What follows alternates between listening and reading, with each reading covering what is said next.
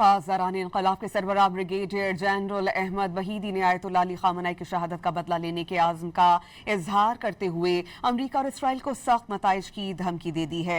खबर रसां एजेंसी के मुताबिक अहमद वहीदी ने अपने बयान में कहा कि आयतुल्लाह खामनई का कत्ल तारीख की वो याददाश्त से कभी नहीं मिटाया जा सकता। उन्होंने कहा कि बच्चों की कातिल अमरीकी फौज को मुनासिब सजा देना जरूरी है।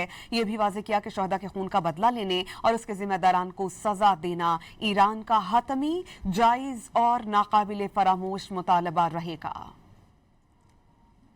पासदारान इनकलाब के सरबराह ब्रिगेडियर जनरल अहमद वहीदी ने आयतुल्लाह अली खामनई की शहादत का बदला लेने के आज़म का इजहार करते हुए अमरीका और इसराइल को सख्त नताइज की धमकी दे दी है। खबर रसां एजेंसी के मुताबिक अहमद वहीदी ने अपने बयान में कहा कि आयतुल्लाह खामनई का कत्ल तारीख की वो याददाश्त से कभी नहीं मिटाया जा सकता। उन्होंने कहा कि बच्चों की कातिल अमरीकी फौज को मुनासिब सजा देना जरूरी है। ये भी वाज़ेह किया कि शहदा के खून का बदला लेने और उसके जिम्मेदारान को सजा देना ईरान का हतमी, जायज और नाकाबिले फरामोश मुतालबा रहेगा।